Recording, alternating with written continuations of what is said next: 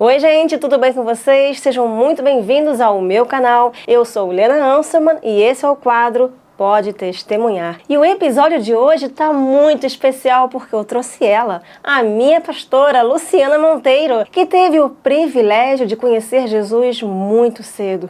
E eu tive o privilégio de conhecê-la poucos anos depois que eu caí aqui em Foz do Iguaçu. Então, por ela ser essa pessoa tão especial, eu quero poder compartilhar um pouquinho dessa pessoa com vocês. Então já se inscrevam aqui no canal, aperta aí o botão do like, porque hoje está muito, muito especial. Pode entrar, pastora Luciana Monteiro.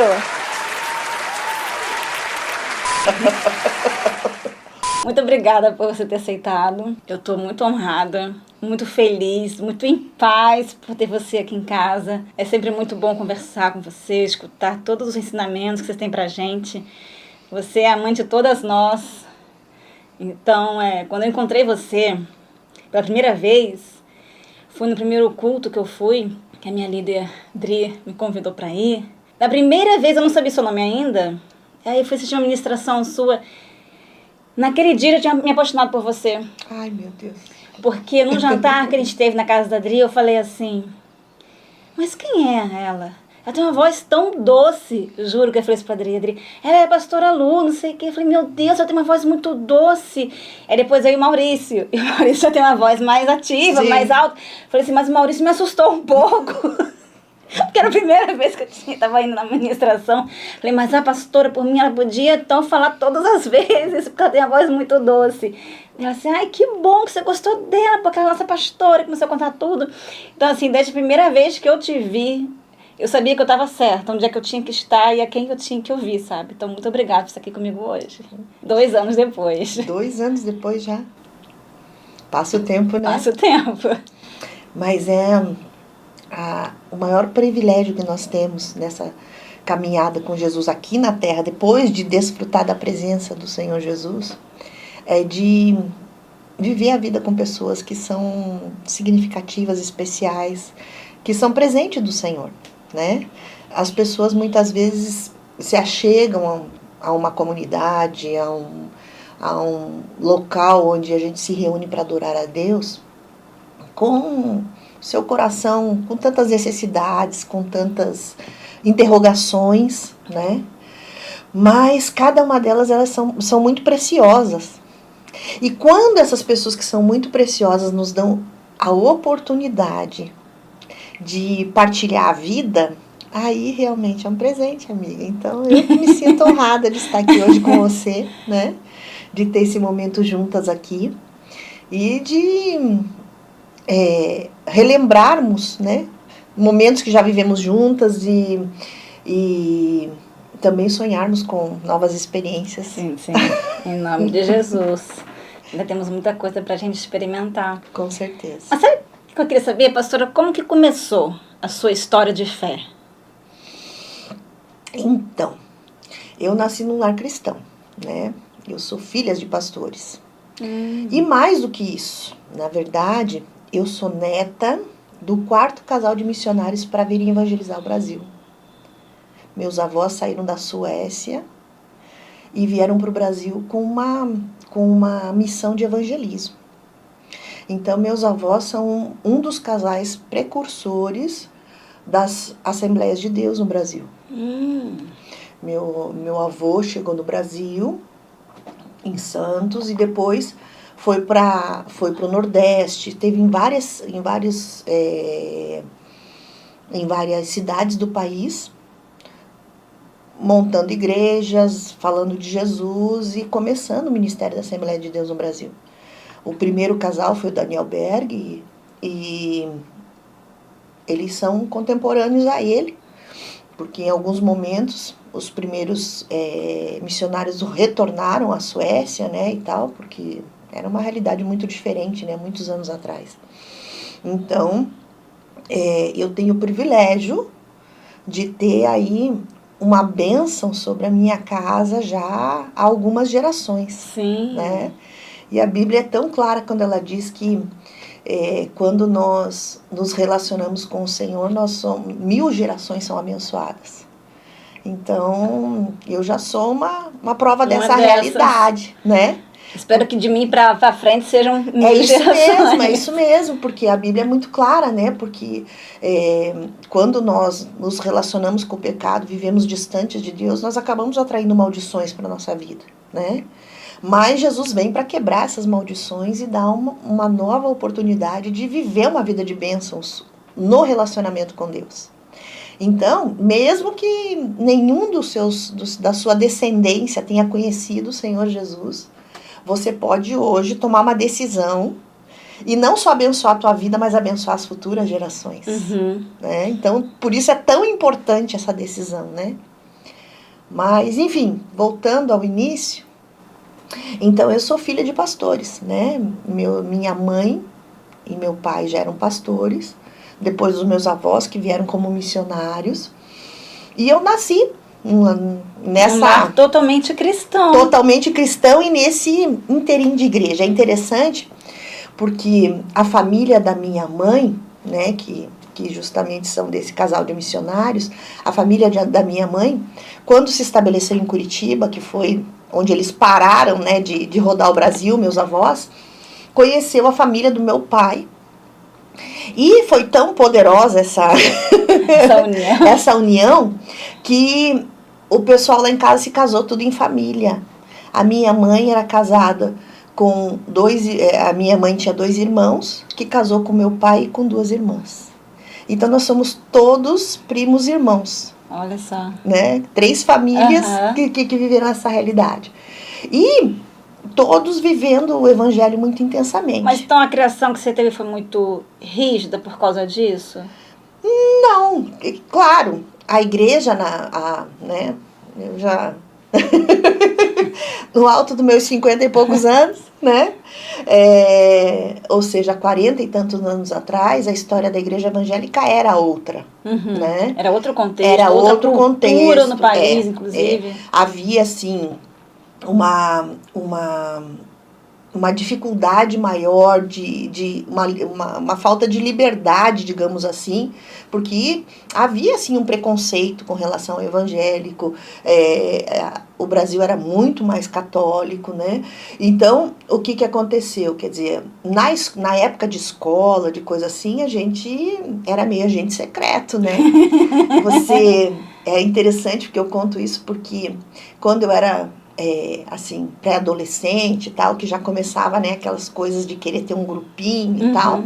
Pertencer a um grupinho, né? O meu grupinho era o grupinho da igreja, né? Minhas atividades de lazer era ajudar cuidar de criança na igreja, ajudar, preparar culto, era ajudar nos mais diferentes ministérios. Mas o seu grupo era da igreja, não era ou da escola também era da igreja? Não, o da escola não era da igreja. Ah, tá. Né? Então, o meu grupo mesmo, né, de amigos e tal, eram os amigos da igreja. Mas no dia a dia tinha a turma da escola e a gente queria ser inserido nesse grupo também. Até hoje, é uma necessidade muito grande. É uma necessidade, principalmente nessa faixa etária, né? Então, o que acontecia? Eu levava uma vida muito certinha, né? Porque eu vivia dentro desse ambiente, então eu ia para a igreja, eu ajudava, era voluntária em tudo, trabalhava, fazia, né? Passava o final de semana todinho na igreja. Mas na segunda-feira eu ia para aula e as minhas amigas começavam a contar que tinham ido numa baladinha, que tinham beijado, que tinham não sei o quê, que tinham... Matinê. Então, né? E aí... A gente me lembra até hoje, eu gosto de matinê. Minhas amigas iam, minha mãe não deixava eu ir, né? E aí eu não entendia que era matinê. Só fui saber o significado do que era matinê depois de adulta. Que vergonha, porque eu nem sabia o que era a palavra matinê. Então, mas era mais ou menos essa vibe aí. Então, quer dizer, a gente não tinha outra atividade. O final de semana era inteiro na igreja, né? Mas chegava no colégio na segunda-feira e as amigas começavam a contar, né? Altas novidades, né? E eu ficava ouvindo ali e pedindo, né? Deus, não deixa elas me perguntarem o que eu fiz.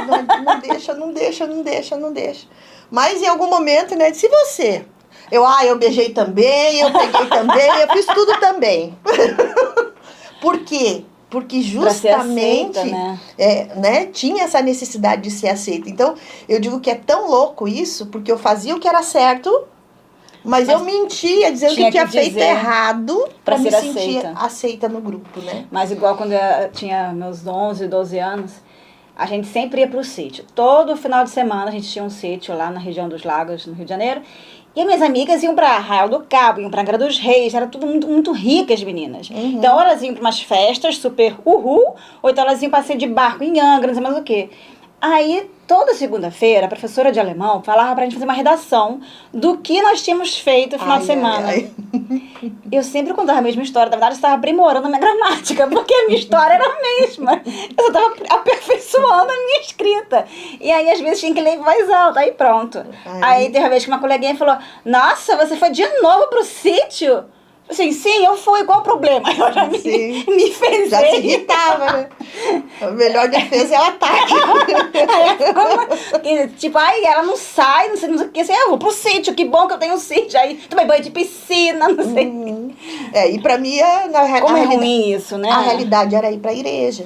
E aí, justamente, num contexto em que você seria discriminado, né, que você teria preconceito a respeito dessa questão, então era mais fácil mentir, dizendo que eu tinha ido também, que eu tinha feito também, quando na verdade não tinha feito nada. Mas, e daí depois ficava com a consciência super pesada, porque eu sabia que era errado mentir, né? Mas eu cresci dentro dessa realidade do lar cristão e trabalhando muito ativamente na igreja, né, desde muito cedo. A gente foi estimulado a ser igreja na prática, né? De não só, assim, estar indo a um culto, mas realmente sendo igreja, né? Participando e se envolvendo e tal. Mas isso não nos faz um cristão, né? O que faz de um ser humano, um cristão genuíno, é realmente reconhecer que o Senhor Jesus é Senhor e Salvador da sua vida, né? Você pode crescer dentro de uma rotina, né? Você pode... De um hábito, né? E ser tão automático que você não percebe nem o que está fazendo mais. A essência daquele hábito você já perdeu. Não, e aquilo acaba sendo uma realidade sua, né? Como você, sei lá, ter um hábito de todos os dias passar aqui, passar um pano nessa mesa, por exemplo. É automático. É automático, é uma coisa que fazia. Então, eu fui ter uma experiência, acho que genuína, real com Deus, lá por uns 13, 14 anos. Aí sim, realmente, Deus mexeu comigo, né? Foi assim, um momento mais especial, eu e Deus. Como que foi? Então, na verdade, foi numa dessas crises de pecado. Né? Porque, como eu disse, eu acabava fazendo as coisas porque os outros estavam fazendo. Não era nem que eu queria fazer, mas eu fazia porque, né, eu tinha que estar inserida ali.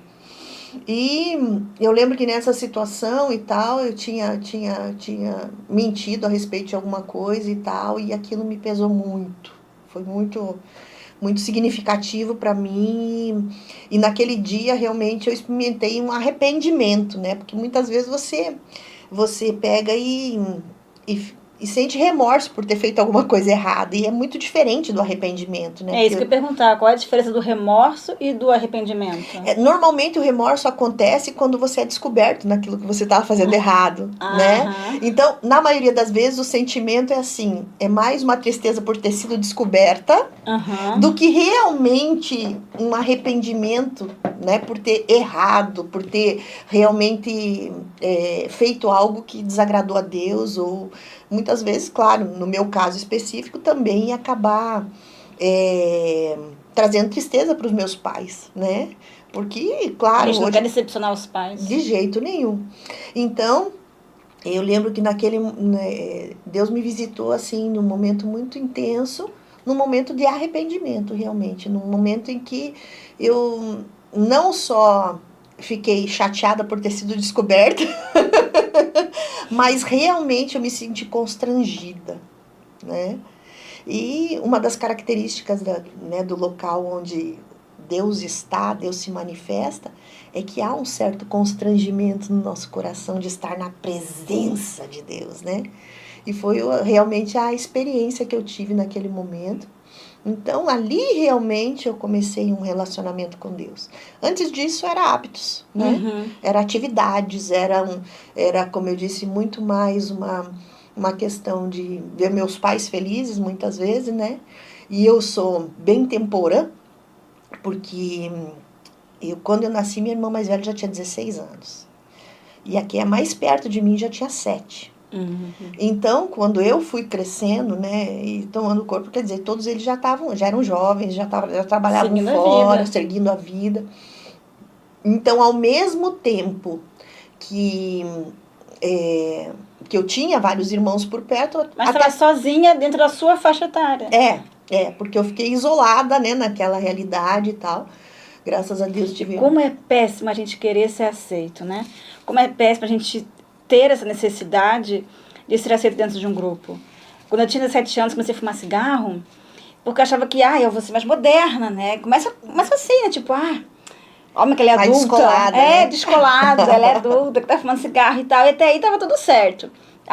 Saí da escola, fumava um cigarro, não sei o quê. No dia que eu vi meu pai, ele me viu fumando cigarro, não era medo do meu pai, porque eu sabia que ele não ia encostar um dedo em mim, foi tipo, o meu pai. Sim. Tipo, se fosse minha mãe, não tava nem aí, mas era porque minha mãe sempre foi muito... já ia gritar, não sei o quê, mas meu pai, tipo... A decepção deles, da expressão, foi tão grande, tipo... Meu bebê, minha filha... Sabe, eu falei, meu Deus, o meu pai. Ali, meu dia acabou ali. E nesse dia... Não, eu tinha 18 já. E nesse dia, tava terminando o colégio. Aí nesse dia, eu ia ter a autoescola... E eu dirigindo, e só chorava. Eu dirigia e chorava. Cara, você quer realmente fazer? Eu falei, eu quero. E eu chorava. Porque eu tinha decepcionado meu pai. E aquilo pra mim foi... horrível, assim, pra mim. Mas meu pai nunca conseguiu sentar comigo e conversar sobre isso. Meu pai também era temporão, meu pai, enfim, ele era bem mais velho que minha mãe, do que eu. Então, o pai, ele tinha uma cabeça mais antiga também. Ele era de família alemã, que veio da guerra. Ele era do Rio Grande do Sul. Então, ele tinha uma outra cabeça, sabe? Então, assim, pra mim foi decepcionar meu pai, foi uma coisa horrível. E, tipo, tava nem aí quem é que tinha visto, mas é meu pai. Mas como que a gente faz as coisas para ser aceito, sabe? E porque a gente... Eu principalmente, eu não tinha uma vivência, né, com Cristo, minha mãe era católica, mas assim, era aquela católica que tinha a Nossa Senhora dela, aí tinha o Buda, aí tinha o cristal, aí tinha umas conchas. Falei, meu Deus. Ela acreditava. Tinha de tudo, só faltava o pé de coelho, entendeu? Então, assim, eu não tive uma base, né? Quando eu era criança, os coleguinhas estavam fazendo primeira comunhão, eu nem sabia que era primeira comunhão. Aí todo mundo falou, que eu vou fazer primeira comunhão, não sei o que, que legal. Você vai fazer? Vou fazer. Eu falei, que é isso? Eu não tinha nem coragem de perguntar pra minha mãe que era a primeira comunhão. Eu fui descobrir também depois de burra velha, sabe? Então, tipo, como a religião fez falta pra mim, sabe? Não a religiosidade, mas a religião, a base realmente do que era a religião. E na minha época, na escola alemã, a aula de religião não era obrigatória. E aí minha mãe falava assim, não, então você não vai. Aí eu ficava na biblioteca. Eu era a única que não ia para aula de religião. E aquilo não era para evangelizar ninguém, era com base na Bíblia, falava do nascimento de Jesus. Aí mesmo que eu não ia ter nenhuma estrutura, sabe? Nenhuma construção de religião. Sim. E como é importante dentro das famílias ter essa religião, ter essa construção, falar da Bíblia, sabe? Falar de Jesus, para poder inserir os valores, os princípios. Porque senão ficam só como se fosse assim, a cartilha da mãe e do pai. Não, é uma realidade, né, que as pessoas pensam realmente, né, nesse aprendizado a respeito de Jesus como uma religião, né? Hoje você já tem esse entendimento que é muito mais do que isso. Mas mesmo esse aprendizado a respeito de Jesus, né, se fôssemos pensar só em termos de religião, já seria muito rico, né? Porque o exemplo de Jesus, ele é válido sempre. Sempre. Né? A base do amor de Jesus, né? As demonstrações todas as ações de Jesus diante das demandas da vida, é um exemplo a ser seguido por qualquer um. As abdicações dele, por amor ao ser humano, sabe? A ser exemplo. Nossa! Mesmo que você não acreditasse na redenção, né? Que você não tivesse o entendimento completo, mas você simplesmente usar o exemplo de Jesus para ser um referencial de vida já seria algo muito proveitoso, né? E é muito atual também, né? Hoje, quando todo mundo anda tão sem referência, sem bem isso, sem pessoas referência. sem pessoas realmente que você possa enxergar como alguém a ser seguido, né? Ainda hoje Jesus continua sendo a melhor alternativa, né? Pra gente aprender a ser gente. Seria a nossa melhor alternativa, ele é a nossa melhor alternativa. Então, tá tudo ali na Bíblia, para ninguém esquecer. Como que ainda tem gente que quer fugir disso, né? Como que tem famílias que ainda querem fugir disso, preferem criar os seus filhos com a cartilha das ordens, como se eles estivessem criando os seus valores e princípios, sendo que, se a gente for para pensar, todos os valores e princípios da cartilha do papai e da mamãe, na verdade, tem um embasamento lá na Bíblia, entendeu? É. Se a cartilha do papai e mamãe for boa, é porque a base é bíblica. Mas eles não inserem a Bíblia. Não. Por quê, né? Por que tem famílias que teimam em não colocar a religião ali como o alicerce da construção familiar? Na verdade, isso tem a ver também com a falta de sabedoria, muitas vezes, de muitos cristãos em colocar, né, em trazer esse valor de uma forma que não pareça uma exigência ou um julgamento, né? Porque uma das coisas que a Bíblia orienta é que a gente jamais deve julgar alguém, né? E uma das estratégias de evangelismo, há alguns anos atrás, é dizer assim, se aceite Jesus, senão você vai pro inferno. É verdade! Não deixa de ser verdade. É verdade. Mas não precisava ser falado desse jeito. Pouco direto demais. Não precisava ser falado desse jeito, entendeu? Não precisava... A estratégia estava errada, né? Então, durante muitos anos, com esse medo do cristão se misturar com o pecado e permitir que os valores do mundo entrassem na igreja, a igreja se protegeu do mundo e tinha, assim, uma mensagem que era uma mensagem muito de choque, né? Então, o cristão ele acabou sendo mal visto. Né? Ele acabou sendo, para as outras pessoas, as pessoas olhavam para o cristão e diziam, não, esse aí é o dono da verdade. E será que isso não fez também o cristão se perder? Com certeza, por ele se isolar tanto dentro do prédio? Sim. E aí muitos cristãos acabaram se perdendo, e aí estamos com uma geração de falsos pastores aí, sabe? A gente autodenomináveis pastores, né? Hoje a gente diz até que nós estamos numa época da vida que nós estamos evangelizando cristãos. Evangelizando evangélicos, né? Por quê? Porque às vezes a pessoa chega para você e diz, não, eu já sou cristão, eu já conheço Jesus, mas aí a Bíblia diz que a gente reconhece um cristão pelos frutos. Né? Assim como é árvore, né? Você olha para uma macieira, você não vai dizer que é outra coisa se tiver uma maçã lá, né? Você vai dizer, não, é uma macieira. Então a Bíblia usa essa figura justamente dizendo, olha, o cristão é conhecido pelos frutos. Quer dizer, então... Aí quebrou. Não tem como contra-argumentar depois disso. Meu sogro diz assim, que contra fatos não há argumentos, né? E é uma verdade, né? Quer dizer, então, quando você vive um cristianismo genuíno, você começa a viver um estilo de vida que as pessoas podem até, não querer a sua religião, mas muitas vezes elas querem a sua vida. Por quê? Porque você tem um padrão de casamento, né? Você tem um padrão de relacionamento com os filhos. Você tem um padrão de ética dentro da tua vida profissional. Você tem uma postura. Sim. Né? Só que, como eu disse, infelizmente, hoje, diferente do meu tempo de infância, hoje é moda de ser cristão, né? Sim. E aí, às vezes, você vê umas aberrações que, na verdade, às vezes, é um enorme desserviço para Jesus, né? Sabe o que eu entendo sobre essa questão que você falou? Que assim, né? Que, por exemplo, a Igreja Católica... Se eu estiver falando besteira, você me corrige, tá? A Igreja Católica é isso aqui.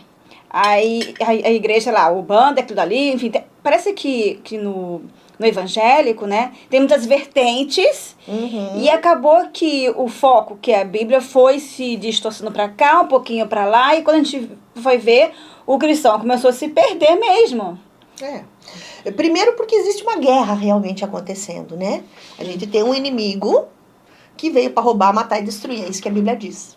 né? Então, toda a nossa tentativa de nos aproximar de Deus, ele vai investir para que isso não aconteça, né? Por quê? Porque, como a Bíblia diz que Satanás buscou, ele queria o lugar de Deus, né? Por isso ele foi expulso, ele morava no céu, né? Ele morava na presença de Deus.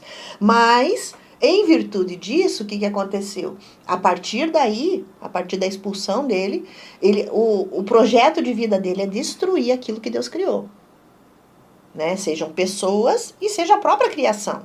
Né? Hoje nós vemos aí tanta destruição, isso não tem nada a ver com Deus. Né? As pessoas dizem assim, Deus permitiu esse terremoto. Não.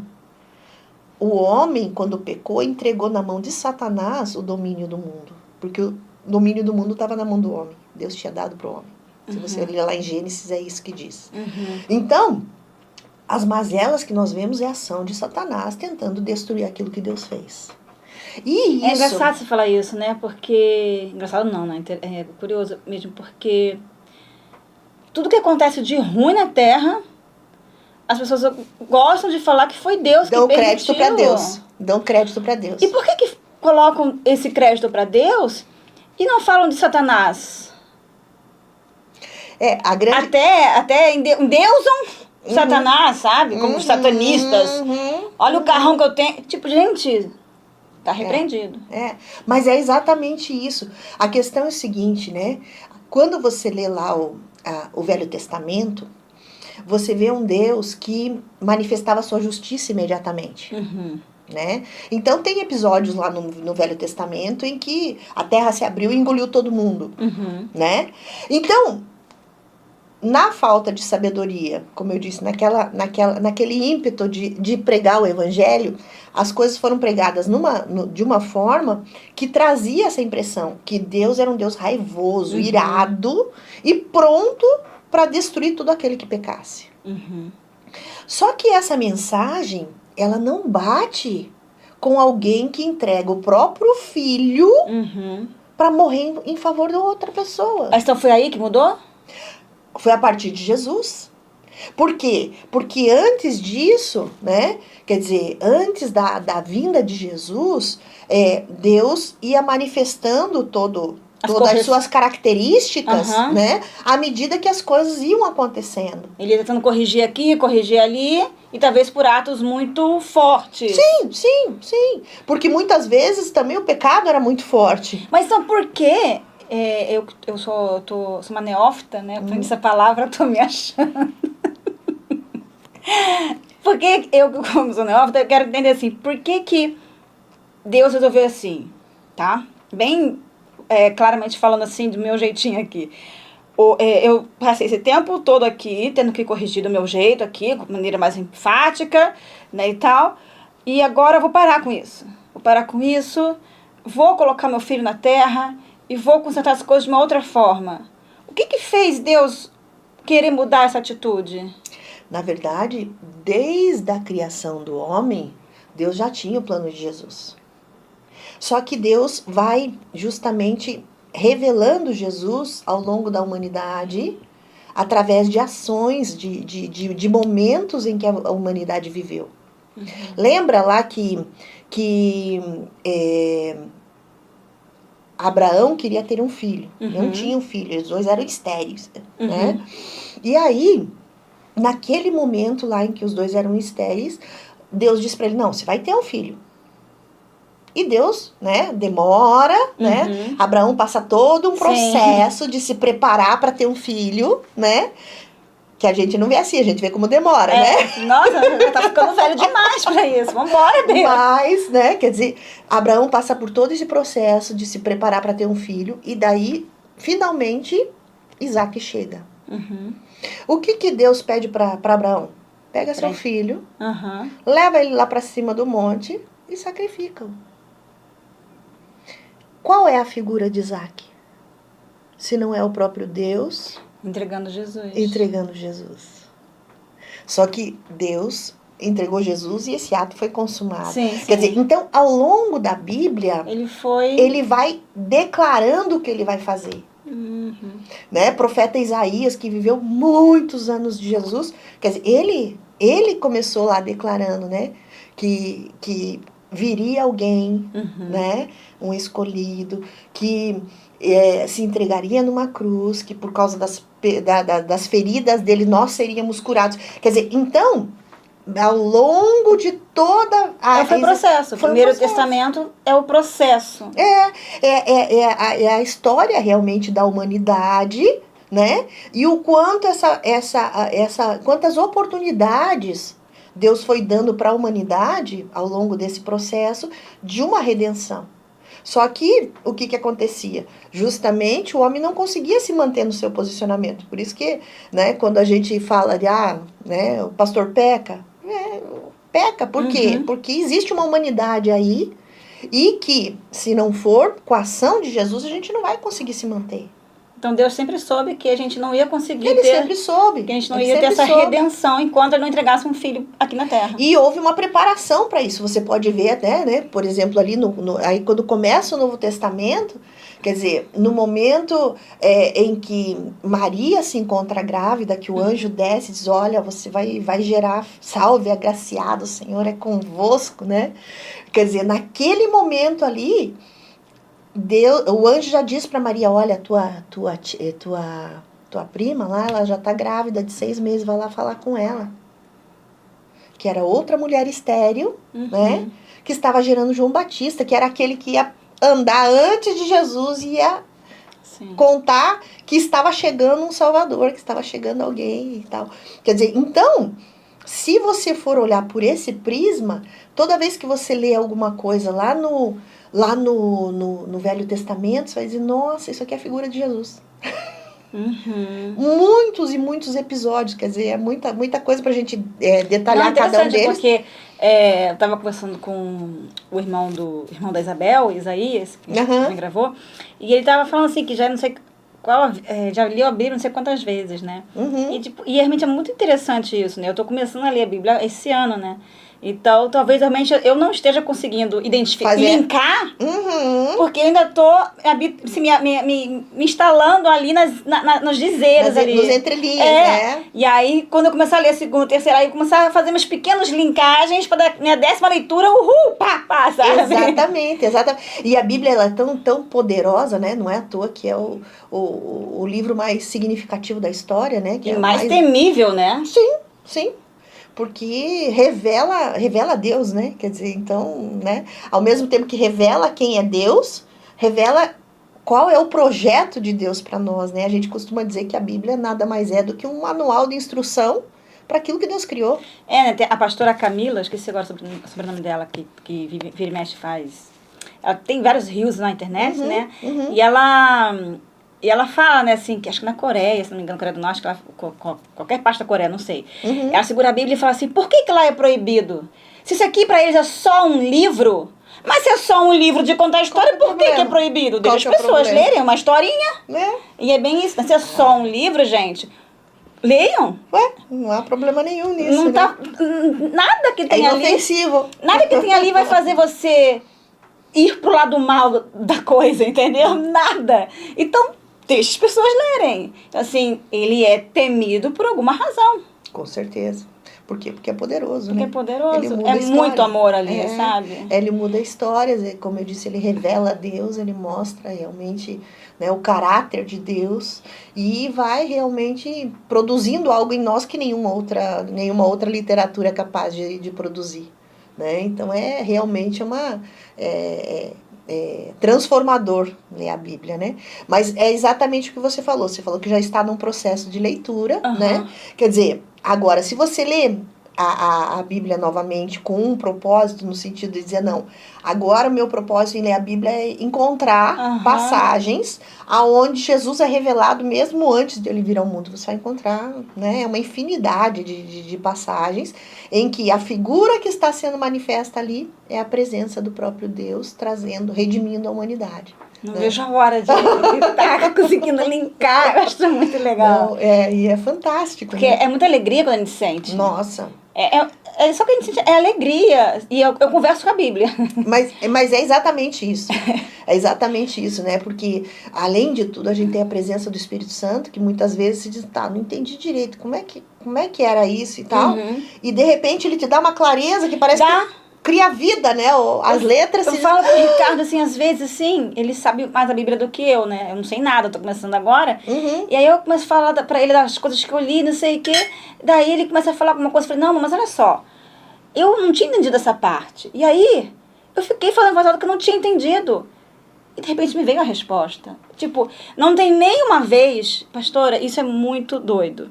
Não tem nenhuma vez que eu faça uma pergunta, que eu questione ali Deus, e eu não tenho uma resposta. Eu nunca saio sem resposta. Vem certinho, pá! É que a Bíblia é o único livro que você lê na presença do autor.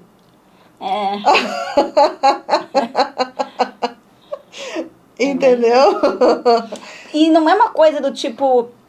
Ai, a tua cabeça respondendo. Não, porque se fosse uma coisa aleatória, não faria... Não faria sentido. Não faria sentido. Claro, não. Eu entendo perfeitamente, porque comigo é assim também, né? Quantas vezes você começa a ler e eu começo a chorar e começo a... Ai, Deus. Posso falar uma coisa que fez sentido, tipo, no outro dia, assim, que parece besta, mas fez muito sentido, né? Que o Espírito Santo habita em nós. E aí eu fiquei assim, o Espírito Santo habita em nós, já sei disso. Teve um dia que esses dias agora, eu fiquei pensando aqui, do nada, falei, gente, mas então não existe intuição. É o Espírito Santo falando com a gente. Não existe negócio de intuição feminina, o sexto sentido. Não! É o Espírito Santo que tá ali falando contigo, cara. Eu falei, meu Deus! Esse tempo todo, juro, eu me senti tão assim... revelada! Mas é isso mesmo! Eu falei, gente, olha o que eu descobri, gente! Não existe intuição. Por quê? Porque, na verdade, quer dizer, a ação do Espírito Santo não só te faz entender, mas ele te convence realmente. Quer dizer, ele faz essa conexão tão bem feita. Exato. Que você diz, é isso, entendeu? Não precisa mais buscar um material extra para você buscar, né, se especializar naquele assunto ou buscar mais informação. Simplesmente... a sua mente compreendeu. Tem uma parte no devocional, acho que foi Jonathan, agora não vou lembrar qual foi o dia, mas foi desses dias aqui, que fala, né, sobre assim, que mesmo que a gente, o ser humano, queira se rebelar contra Deus, não queira, né, aceitar Deus ainda, tipo, mesmo assim, Deus vai te colocar para você caminhar contra a sua própria destruição. Mesmo que você ache que você está se destruindo, por isso é muito pior. Então, assim... isso que a gente fala assim, ai, eu não devo pegar carona com aquela pessoa. Mas por que eu não devo pegar carona com aquela pessoa? A pessoa tá ali te falando, não faça isso.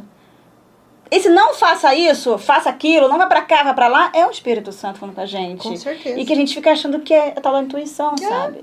E o Espírito Santo tá sempre conversando com a gente desde que a gente nasce, só que ele comunica-se com a gente de diversas formas.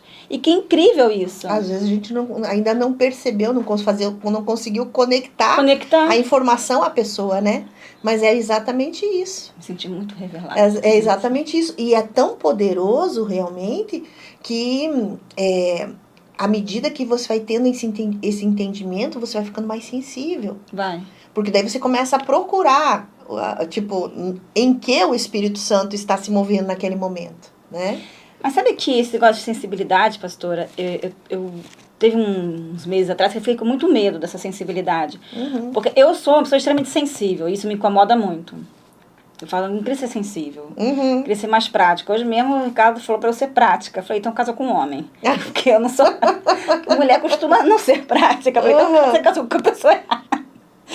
Aí, e eu sou extremamente sensível. E aí, eu fui, enfim, ajudar uma pessoa... Eu fui ali tentar evangelizar, tentar trazer pra gente, tentar salvá-la, né, e tal. Ela teve contato com um demônio.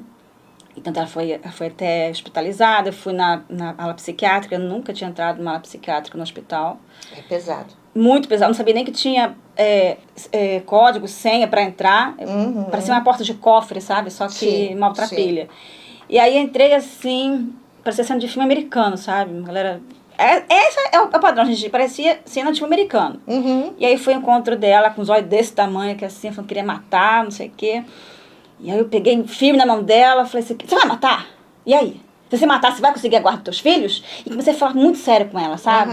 Porque até então eu tava bem fofinha com ela ali, conversando, amorosa. Quando ela começou a regalar e falar, eu peguei aqui as rédeas e comecei a falar, não sei o quê, até que ela sossegou. E deu o tempo da coisa. Eu falei, não, já deu 20 minutos aqui. Meu cérebro falou assim, vai embora. Quem era? O Espírito Santo. Já deu. Vai embora, despeça-se. Me despedi dela e foi embora. Depois disso, pastora, você acredita que parece que realmente eu tive um contato muito sério com o demônio, porque eu comecei a ficar tão assustada, com medo, não queria mais ler a Bíblia, eu não queria mais rezar, eu não queria nem mais ouvir falar o nome daquela pessoa, porque quando falava o nome daquela pessoa, parecia que o diabo estava aqui do meu lado, sabe, rindo comigo. Foi uma coisa horrível, e eu tendo que falar que não. E eu comecei a querer ficar de novo deitada na cama, a depressão começou a querer voltar em mim, eu tive que ficar aqueles 2, 3 dias na minha cama. Foi assim, foram acho que 1 mês ou 2, eu tentando sair disso. Como a presença do mal realmente existe nas pessoas. E como a gente tem essa sensibilidade e ir ao encontro desse mal, se a gente não está realmente preparado, eu sinto que eu não sei, eu acho que eu não estava preparada para aquilo. Porque eu ainda estou caminhando, sabe? Quando eu falo, eu tô só 2 anos na minha caminhada. Até então eu estava vagando nessa terra, tentando encontrar uma direção. Exato, sabe? Então, eu me senti tão mal depois. Eu falei, gente, eu não estava preparada para isso. Eu achava que eu estava. Mas eu não estava. Mas é que o mundo espiritual, na verdade, ele é muito real, né? A gente tá tão acostumado na nossa rotinazinha, na nossa correria, nas nossas atividades e tal, que na maioria das vezes a gente ignora. Assim como você ignorou que aquele sexto sentido, aquela coisa e tal, assim como você ignorava que era a ação do Espírito Santo, as pessoas ignoram realmente que existe um inimigo fazendo um plano nesse momento para te destruir, para te levar para mais longe de Deus, para te isolar, e aí sim ele poder fazer a obra dele, o intento dele, que é a destruição. Então, às vezes, a gente, né, até pelo nosso ímpeto, e quando a gente experimenta Jesus, é algo tão maravilhoso, é uma transformação tão, né, tão significativa na vida da gente, que a gente, tipo, né, se quer que todas as pessoas que estão próximas a você comecem a viver essa realidade, né? Mas, como eu disse, como o mundo espiritual, na maioria das vezes, não é visível, a gente muitas vezes não consegue dimensionar o tamanho do envolvimento que a outra pessoa está. Exatamente. Então, quer dizer, quando a gente faz algo como esse que você fez, o ideal, né? Agora é pastora falando, né? O ideal é que você partilhasse com alguém, né? Alguém da sua confiança, sua pastora ou sua líder de célula, alguém. Só, olha, eu tô com um propósito de ir até fulano, até Beltrano e tal, sabendo que existe uma guerra espiritual acontecendo. Então, vamos guerrear em oração, vamos guerrear através de um jejum, vamos nos preparar para esse momento. Entendi. E não só ir lá. Não só ir.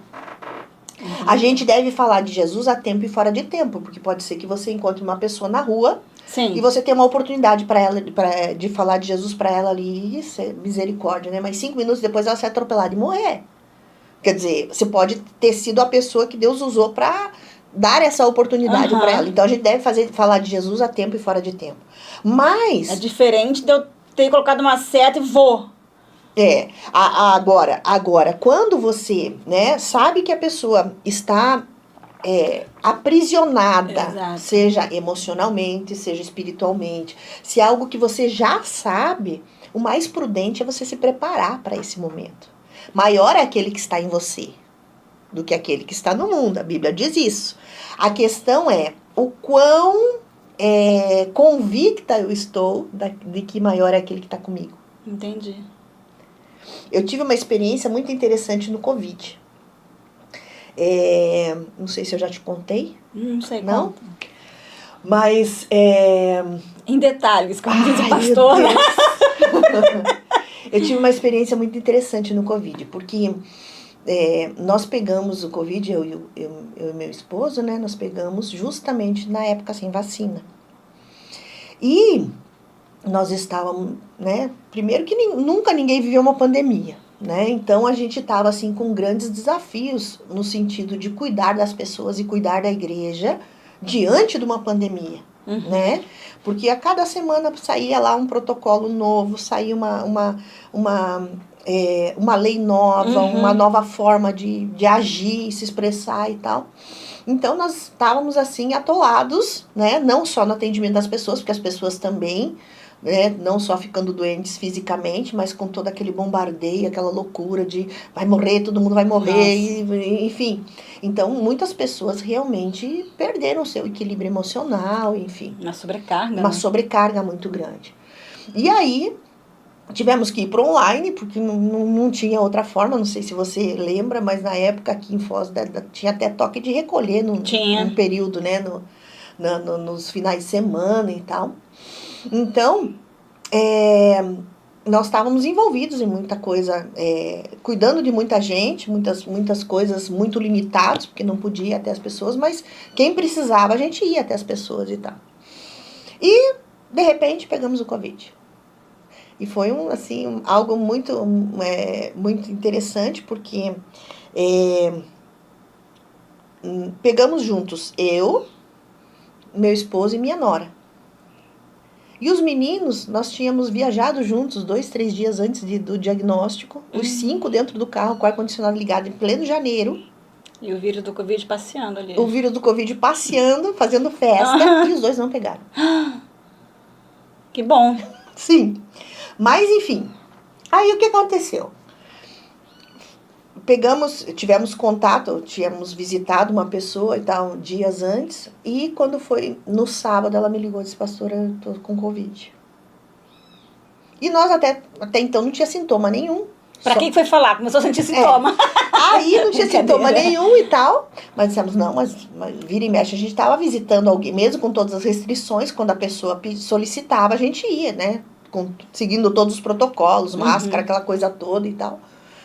Mas, enfim, aí, quando ela falou, disse, não, peraí, então nós temos que fazer um exame, porque como é que a gente vai continuar cuidando das pessoas e, né, e às vezes tendo algum contato se tiver com Covid. Fomos fazer o exame, fizemos o exame, no dia, e foi interessante porque nós entramos no atendimento do Covid e eu fui atendida. E o médico disse assim pra mim, olha, esse aqui é o protocolo. Você começa a tomar agora, mesmo sem saber se é positivo ou negativo, você começa a tomar agora. E independente, se der negativo, mesmo assim, se faz tudo isso, toma assim mesmo, que é melhor pra você. Tá bom, saí com o negócio na mão, até então não tinha nem sintoma nem nada. Nisso entra meu esposo. Quando entra meu esposo e tal, ele é atendido e tal, não sei o quê.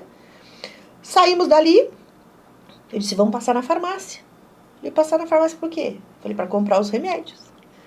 Ele disse, não, o médico não me deu nada. Ué. Eu disse, como é que ele não te deu nada? Para mim ele deu uma lista. Uma lista desse tamanho, assim. Ele disse, não. Ele falou que se eu tiver, sei lá, dor de cabeça é para tomar isso, se eu tiver dor de estômago é para tomar aquilo, se não sei o quê. Mas só se eu tiver, não tenho nada, eu não vou tomar nada. Ele disse, mas tá muito doido esse negócio, né? O que eu descobri? Nós pegamos bem mudança de turno. Eu fui atendido por um médico com um padrão de protocolo. Ai. E ele foi atendido por outro médico com outro padrão de protocolo.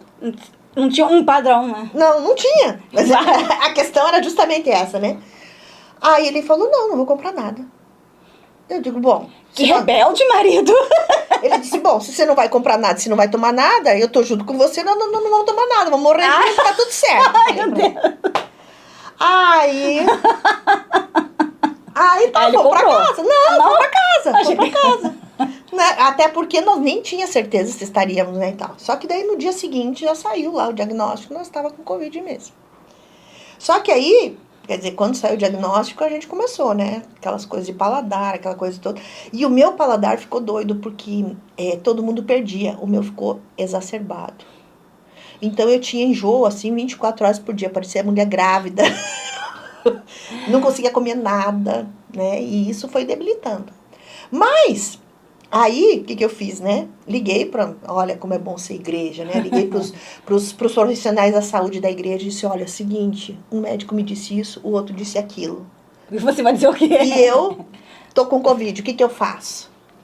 Aí eles disseram, olha, a nossa... A unanimidade entre eles era coisa. A nossa percepção é que quem está tomando o tal do protocolo, se tem um agravamento, reage mais rapidamente. Tá bom, vamos tomar. Né? Aí ele aceitou tomar, todo mundo tomou e tal, beleza. Né? Mas, enfim. Aí, o que aconteceu? E começou aquela coisa terrível, né? Porque... E tinha sido, assim, dias muito difíceis. Teve aquele episódio que teve fila de carro funerário no hospital municipal. Nós tínhamos, inclusive, uma pessoa da comunidade que estava trabalhando lá dentro e que presenciou aquela cena. Então, nesse dia, ela me ligou, assim, né, desesperada. E a gente mesmo, assim, dando apoio, né? Suporte para as pessoas e tal, mesmo sem sair de casa. E aí... O tempo todo, né, ficava assim, digo, não, é 14 dias e vai passar, é 14 dias e vai passar, é 14 dias e vai passar. Como se fosse uma gripe, né? Não, tipo, com prazo contado, né? Por incrível que pareça, eu sou mulher e sou prática, né? Então, eu tava contando no calendário os 14 dias, eu digo, vai passar. Tô programando aqui. Tô programando, tá resolvido, nesse dia acabou. O que aconteceu? Quando deu os 14 dias, era o pior dia. Ao invés de estar bem, né, passou os 14 dias, que na verdade estava dando 15 dias, né? Os 14 já tinha dado prazo, e eu estava muito ruim mesmo. E assim, não só se sentindo muito mal fisicamente, mas muito abatida mesmo. A gente mora numa casa grande, cada um tem seu quarto com banheiro e tal. Então, o que acontece? Ficou cada um dentro de casa, isolado, deu tudo certo e tal. Até a Norinha foi pra lá também, ficou no outro quarto isolado, deu tudo certo. E o pastor? O pastor ficou comigo. Mas ele piorou muito? Nós dois pioramos muito. Entendi. Só que como a gente sabia a realidade do hospital, nós dissemos, não vamos pro hospital, vamos ficar aqui. E essa pessoa tinha me dado a orientação, disse, olha, vocês precisam caminhar todo dia um pouquinho. Porque o principal problema principal não, né? Mas um dos problemas do Covid pulmonar é que fica muito tempo deitado e dá aderência no pulmão. Ela disse, então, se vocês caminharem um pouquinho todos os dias, vai impedir de que essa aderência aconteça. Então, nós saíamos assim de casa, na porta aqui, dava uma volta na beira da piscina e voltava. Quando a gente chegava na porta, parecia que a gente tinha corrido uma maratona. Estava inteiro molhado de suor. Meu Deus. Né? Com aquela coisa... Como se tivesse caminhado a cidade toda. Tinha feito 80 quilômetros de maratona. Meu Deus, pastor. E realmente a gente ficou muito mal. A gente só não foi parar no hospital porque a gente não mediu em momento nenhum a nossa... A febre, a pressão? Não, aquele negócio que media... A oxigenação, A oxigenação, né? Nós não medimos em momento nenhum. Ô, pastor. E só tomamos os remédios e... Dizendo, Deus, você tá cuidando de nós estamos, né? Tipo, tomamos o que tinha que tomar e tal. Até porque os hospitais estavam lotados, né? Não, e assim, as pessoas que a gente tinha consultado, eles disseram, só vá pro hospital se você sentir realmente que está morrendo, senão não vá. Não tinha leito, mas eu me lembro muito disso, não tinha leito. Não tinha leito, tava uma loucura, né? E todo mundo que entrava no hospital, na maioria das vezes, não saía, né? Então, fica aquela coisa toda. E nesse dia, né, tinha dado 15 dias já, e o meu prazo lá, entendeu? Não tinha funcionado. Sua programação. Minha programação foi frustrada.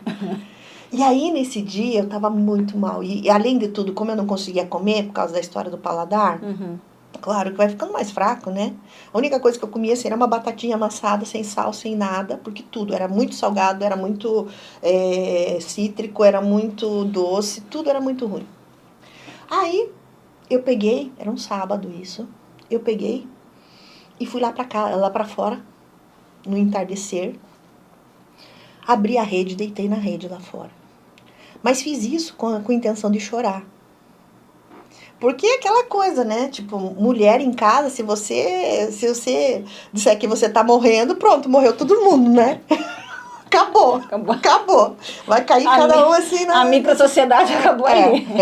Então, tipo, em nenhum momento, né? Tipo, eu tô muito ruim, não sei o que e tal. Tipo, tava muito ruim, mas não, tá tudo bem, não, tá tudo certo. Mas nesse dia eu tava assim, arrasada, emocionalmente, espiritualmente, acho que até e fisicamente, né? Por quê? Porque eu não sei se você passou por isso, mas a respiração do Covid, ela é assim, né? Ela trava, né? Tipo, o ar Uma entra. apneia? O ar entra, mas ele não sai. É como se você fizesse ali. Meu Deus. Você, tipo, não sai e também não entra outro ar. Quer dizer, é isso que dá a sufocação, né? E aí, eu deitei na rede lá fora e comecei a chorar. Eu digo, ai, Deus, que não vê ninguém aqui, eu só quero chorar agora, me deixa chorar aqui e tal. Aí, o que estava acontecendo? Tava tendo uma live do MAG. O MAG estava acontecendo na comunidade, os jovens estavam lá e tal, né? Alguns jovens, porque era assim, meia dúzia que podia entrar e tal. E eles estavam fazendo uma live de oração. Aí, eu digo, sabe o que eu vou fazer? Vou ligar a live aqui, porque daí se alguém vier perguntar, eu digo, não, tô aqui assistindo a live, entendeu? Tá tudo bem. Aí, deitei lá e comecei a chorar. Mas assim, arrasada. Arrasada mesmo. Você sabe quando você, tipo, a vida acabou, não, tá muito ruim, acho que eu vou morrer mesmo. Sabe aquelas coisas, aqueles pensamentos nada a ver, né? E chorando. Até que, dali a pouco, falaram alguma coisa na live. E era um dos meninos que tinha pego lá o microfone e tal. E começou falando assim, então, gente, eu tava vindo pra cá e eu pedindo pro Espírito Santo, me dá um texto pra mim compartilhar lá na live e tal, e coisa.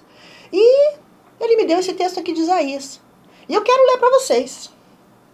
E ele abriu a palavra e disse assim, levante-se e refulja, porque você é luz. O mundo tá em trevas, mas você é luz. Eu escutei aquilo e digo, opa! Tem alguma coisa acontecendo aqui. Bateu diferente, né? Entendeu? Tem alguma coisa acontecendo aqui. Tipo, o que eu tava chorando já, tipo, né? Peraí, deixa eu, né? Peguei, abri o texto, comecei a ver e tal. E o texto dizia exatamente isso. Levante-se e refulja. Porque o mundo todo tá em trevas, mas você é luz. Aí a tua postura já mudou. Aí eu já comecei, começou a acontecer uma mudança de mente, né? Uhum. Eu comecei a pensar sobre isso. Eu digo, pois é, realmente, eu sou luz, eu não sou trevas. Né? Aquelas conexões, né, e tal. Mas ok, daí me chamou a atenção, né? Vou começar a assistir isso aqui, porque, né? E daí esse rapaz trouxe o texto. E aí fez uma oração e tal, e coisa, veio outro. Aí o outro pegou assim e disse, então, gente, é o seguinte... eu tava vindo pra cá e eu comecei a dizer pra Deus, o que eu vou partilhar com essas pessoas que estão aí agora em casa, né, nessa situação e tal. Ele disse, tem alguns que vão estar assim, tem outros que vão estar assado. Ele disse que ele falando com Deus e tal. Ele disse, e eu vim aqui, o que o Espírito Santo colocou no meu coração é que eu vim aqui pra fazer um ato profético. Eu disse, opa, né? Eu já, nessas alturas, já estava conectada, já não estava mais lembrando do resto. Não estava nem lembrando de chorar mais. Não, estava só ali conectado. Eu quero saber o que vai dar isso aí, né? Aí ele disse, então, e o ato profético que eu quero fazer é o seguinte, a Bíblia diz que toda vez que a igreja está reunida, é o ambiente do céu que se manifesta. Olha o poder de se reunir como igreja. Né? Tem muita gente hoje que diz, não, eu não preciso de igreja, não preciso de uma família para ser cristão, né? Realmente, individualmente não precisa, mas é no ambiente de família de Deus que milagres e maravilhas acontecem, que o ambiente do céu se manifesta, né? E aí, ele disse, então, o Espírito Santo me falou isso, que quando a gente está aqui reunido, é o ambiente do céu. Ele disse, então, é o seguinte, se é o ambiente do céu que está se manifestando aqui, o ar que nós estamos respirando aqui é o ar do céu. Ou seja, é um ar mais puro, sem Covid, né? Ele disse, e o ato profético que eu vou fazer, que o Espírito Santo colocou no meu coração pra gente fazer, é o seguinte, eu vou contar até 3 e você vai respirar bem fundo o ar do céu. Ele disse, eu vou fazer 3 vezes isso. E você vai respirar o ar do céu. Como é que estava a minha respiração? Né? Era assim que eu conseguia respirar, a respiração do Covid. Mas quando ele falou isso, eu disse, é isso mesmo. Vou respirar. É isso mesmo. Eu sou igreja, eu estou aqui, né? Não estou lá no prédio, mas estou em igreja. Sim, não, em igreja e vivenciando aquilo que eles estavam vivenciando, tanto que o texto falou comigo. Sim. Né? Me levantei da rede e ele começou a contar. E ele começou a contar e tal, e eu... A mesma travada do Covid, né? Aí ele disse... Daí ele falou alguma coisa e tal. Ele disse, vamos lá, de novo. Essa foi a primeira vez, a segunda vez. E de novo. Né? E agora a terceira vez. Quando ele falou a terceira vez, eu respirei sem nenhuma limitação. Profundamente, como se eu nunca tivesse tido nada. Meu Deus, pastora. Voltou a respirar. Voltei a respirar sem limitação nenhuma. Meus pulmões... Mas depois você continuou respirando bem? Sim. Acabou. Não foi só naquele momento? Acabou. Quer dizer, meus pulmões foram liberados pelo ar do céu. Como vai dizer que não existe, né? Esse lado espiritual. Mas não acaba aí. Nós estamos falando em mundo espiritual, né? Por isso que eu estou falando. Não acaba aí. Me deu uma raiva, mas me deu uma ira. Parecia assim que... Eu não sei se eu já senti tanta raiva igual nesse dia. Eu me levantei da rede e comecei a esmurrar aquilo que eu não via, mas que estava ali antes. Olha. Eu disse, você me enganou, Satanás. Quando foi que eu te dei espaço para você me enganar assim? Quando foi que eu acreditei que eu era essa coitada que estava aí na rede chorando? E... Esmurrando. Mas o que aconteceu nesse momento? Eu me lembrei da minha identidade. Eu sou filha de Deus. Então, voltando lá à história do hospital. Se você, né, naquele momento que você estava ali fazendo algo que era plano de Deus, né, o ID de Jesus, se você tivesse com a mesma ira que eu fiquei de Satanás, em função de perceber que ele estava tentando me enganar e me mantendo uma coitadinha prostrada na rede, você também não teria saído de lá com o peso que você saiu. A questão é que com a nossa humanidade, muitas vezes as circunstâncias contribuem para a gente ir acreditando que a gente é uma coitadinha que está vivendo. Entendeu? Então, existe um mundo espiritual que está agindo. E realmente, maior aquele que está em nós do que aquele que está no mundo. Só que muitas vezes a gente perde essa consciência. A gente esquece, esquece. E aí, quando a gente esquece, é que Satanás se aproveita. Porque daí ele vem ministrar mesmo, né? Você é uma coitadinha mesmo. Olha como você tá. Olha a tua situação. E ele nem é tão criativo, né? Porque não, é sempre a mesma conversa. Pra qualquer um. Não, ele nunca foi criativo. Ele é repetitivo o tempo todo. Então, é muito louco isso. E aí, o que aconteceu? Eu lutei lá, boxe com Satanás um tempo lá fora. Mas de raiva, Nocauteou. Né? Nocauteei ele porque eu tava com tanta raiva de ter sido enganada. E não ficou suada e nem passou mal. Fiquei suada, não passei mal. Né? Não. Tipo, acabou. Não tive mais episódio nenhum. E o pastor? E o Beto tava jogado no sofá lá dentro, desmaiado, literalmente, porque ele tinha episódios de dor de cabeça, assim, que ele perdia, ele dava, assim, umas cochiladas, mas pra Tipo, sair daquela sensação realidade, né? da realidade e daquela dor intensa de cabeça, porque não tinha medicação que resolvia. E ele estava jogado no sofá lá dentro, nessa situação, jogado mesmo, meio cochilando assim. E eu entrei para dentro de casa já batendo o pé, digo, vem todo mundo aqui, vem todo mundo, porque a gente não se reunia dentro de casa, né? Cada um tava no seu ambiente e tal. Eu passei batendo nas portas, vem todo mundo para a sala agora, acabou. Nunca mais nós vamos viver isso. Vem todo mundo agora, e todo mundo saiu assustado, né? Porque que deu? Mãe! que deu? Tava lá fora na rede. De repente voltou. Botou outra pessoa aqui. Chamei todo mundo, a gente circulou o sofá. Eu digo, você vai levantar daí agora. Acabou. Satanás já enganou o suficiente. Cristo nos trouxe cura e você vai sair daqui curado agora. Juntamos as mãos lá, oramos por ele, levantou do sofá e acabou. E respirava bem? Acabou. Zerou. Acabou. Nossa, pastora.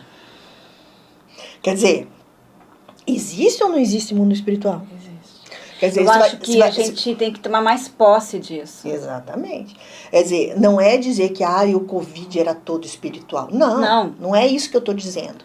O que eu estou dizendo é que Satanás aproveita coisas do nosso dia a dia, dificuldades pequenas, dificuldades grandes, situações que nós vamos enfrentar porque estamos no mundo e tentar ocupar um lugar maior do que Deus que vive em nós. E rouba da nossa mente, do nosso coração, a convicção de quem somos e de quem é nosso Pai. Ele rouba mesmo. Mas é isso. É isso mesmo. Ele procura sempre distorcer a nossa identidade. Por quê? Porque, pensa, né? 5 minutos antes do episódio lá da live da Palavra de Deus fazer efeito. Quem eu era? Uma coitadinha que estava chorando, desestruturada totalmente pelo Covid, com o corpo todo debilitado, sem conseguir respirar, com as suas emoções em frangalhos e com a convicção de que não tinha o que fazer. Quer dizer, tinha ou não tinha o que fazer? Tinha, né? A gente tem o que fazer. Quer dizer, qual que era a postura? Era simplesmente se levantar e dizer, não, peraí, eu sou uma filha de Deus. Quer dizer, mesmo que naquele momento ali eu não fosse curada fisicamente, mas só... O espiritual já estava renovado ali, sabe? Era só uma questão de tempo. Eu creio realmente que eu fui curada por causa da história do Ar do Céu. Claro. Entendeu? Agora, se não tivesse acontecido esse episódio do Ar do Céu, mas essa convicção me fosse dada como o Espírito Santo me deu naquele momento, porque, como eu disse pra você, é interessante, porque eu não sei quanto tempo eu fiquei, mas eu fiquei muito braba. Mas muito braba mesmo. Você me conhece, eu sou uma pessoa equilibrada, né? Eu não sou assim. De voz doce. Não sou uma pessoa explosiva de coisa, não sou assim. Mas naquele momento... Explodiu. Sinceramente, Mike Tyson era... Mike Tyson tinha caído no primeiro soco da pastora. No primeiro soco eu senti assim, realmente, imagine, quase 14 dias quase sem comer e tal, mas eu senti assim um vigor muscular. Próprio Sansão. Não sei explicar. É muito louco. Engraçado isso, né? Como a gente esquece de tomar essa posse, né? E quando você fala que você sentiu esse fervor, essa força toda, né? Nada mais era do que o Espírito Santo ali tomando conta de você ali, preenchendo o espaço dele, que é de direito dele, sabe? Por que você foi batizado do Espírito Santo, pastora? Vamos pegar um pedaço de bolo, ficando com fome? Tô tranquila, mas pode me dar. Mas enfim, na verdade... Como eu disse, a minha primeira experiência realmente com o Espírito Santo foi aquela de constrangimento realmente, né? De arrependimento e tal. E o falar em línguas demorei muito, amiga. Sério? Sério. E eu achava que eu nunca ia ser, porque tipo... Sabe, assim, momentos em que normalmente a gente se reúne para orar, né? E para estar juntos, né? Porque a grande questão é o seguinte, né? Quando tem um local pegando fogo, a nossa brasinha também, se chegar perto, vai pegar fogo, né? Então, Depois que eu tive essa experiência realmente de uma conversão genuína e tal, e eu comecei a realmente perceber que existia alguém que interagia com a gente e tal, eu comecei a buscar, dizer, não, Espírito Santo, eu quero dom de línguas, eu quero outros dons e tal, e coisa. Então, assim, tudo quando é vigília que tinha, momentos de oração e tal, eu tava lá junto, né? Mas tá tentando falar em línguas ou você deixou? Não, na verdade, o que acontece, né? Quer dizer, o dom de línguas, ele normalmente é concedido às pessoas a partir de um momento de adoração a Deus, né? Você não precisa se esforçar para falar em línguas, né? Você está adorando a Deus e, de repente, acontece naturalmente você começar a falar uma outra língua. É assim que acontece normalmente. Então, o que aconteceu? Tá maravilhoso o bolo, hein? Nossa. É mesmo? Já vou provar. Então, o que aconteceu? Toda vez que... E outra forma também de a gente receber, como eu disse, é ficar perto de outras brasas, né? Então, às vezes, está numa manifestação grande do Espírito Santo, tem muitas pessoas ali falando em outras línguas, tem pessoas, às vezes, sendo curadas, tem, às vezes, pessoas tendo revelação, tendo outros dons fluindo. Quer dizer, você pedir para essa pessoa orar por você também é uma forma, muitas vezes, de você se conectar e algo acontecer. Então, na experiência que a gente tinha, né, normalmente era isso que acontecia, né? Você ia para as vigílias, ia para os momentos de oração, e quando estava fluindo, ali disse, não, ora por mim, que eu também quero, né, e tal, e coisa. E muitas vezes até é fácil terceirizar, né? Em vez de eu buscar, no sentido de dizer, não, todos os dias eu vou ter um tempo com o Espírito Santo, até que ele, orar, né? A gente, ora aqui por mim, amiga, ora aqui por mim. Faz isso mesmo. Claro, é mais fácil terceirizar, né? Isso é do ser humano, né? E eu fazia assim, né? Sempre buscando essa terceirização. Muito, com a minha visão muito empreendedora, buscando terceirização. Espírito Santo, não, minha filha, vamos lá, tô aqui. É eu e você, não tem nada a ver com os outros, né? E aí, muitas vezes eu saía muito frustrada. Eu dizia, puxa, todo mundo saiu aqui falando e eu, né? Eu acho que eu não é pra mim. Não é pra mim, eu acho que, né? Às vezes você acha, vai ver que eu tenho algum pecado que eu não confessei, vai ver que... Não foi com a minha cara pra fazer isso. Eu acho que, tipo, né? Acho que ele não quer me dar e tal, e coisa. Então, eu fiquei muito tempo assim, buscando entre aspas, né? Porque, como eu disse, era terceirizando, né? E aí que tá, né? A Bíblia diz que buscar-me-eis e me achareis quando me buscardes de todo o coração. Quer dizer... Ó, gente, desculpa, estamos gravando agora com o celular, porque a câmera deu um pequeno probleminha, mas tudo vai dar certo. A gente tá falando do Espírito Santo, né? Da manifestação dele, de você ter conseguido o dom de línguas. E aí, justamente, né, como eu disse, demorou muito. Por quê? Porque eu terceirizava, né? Eu acabava sempre pedindo para alguém orar por mim, e para pedir por mim, para fazer, né? Ter relacionamento com o Espírito Santo por mim, né? Não vai funcionar, né? Porque, inclusive, a Bíblia diz, né, que buscar-me-eis, mas me achareis quando me buscareis de todo o seu coração. E não era isso que estava acontecendo. Na verdade, eu não queria ser aquela que não tem quando todo mundo tem, né? Então, eu creio que o meu desejo pelo Espírito Santo era um desejo que não era o desejo correto, né? Não era um desejo de relacionamento, não era genuíno, era uma coisa que, como eu disse, eu gostaria de me sentir integrante de um grupo, né? E aí, justamente algumas vezes, né, dessas reuniões, eu saía muito frustrada, porque acontecia com todo mundo e comigo não. E aí... Aí você começou a falar com o Espírito Santo direto. Aí, né, diante da minha frustração, né, eu comecei a expressar a minha frustração e tal, dizendo, Espírito Santo, né, eu também queria, né, tipo, tem filho predileto, como é que é?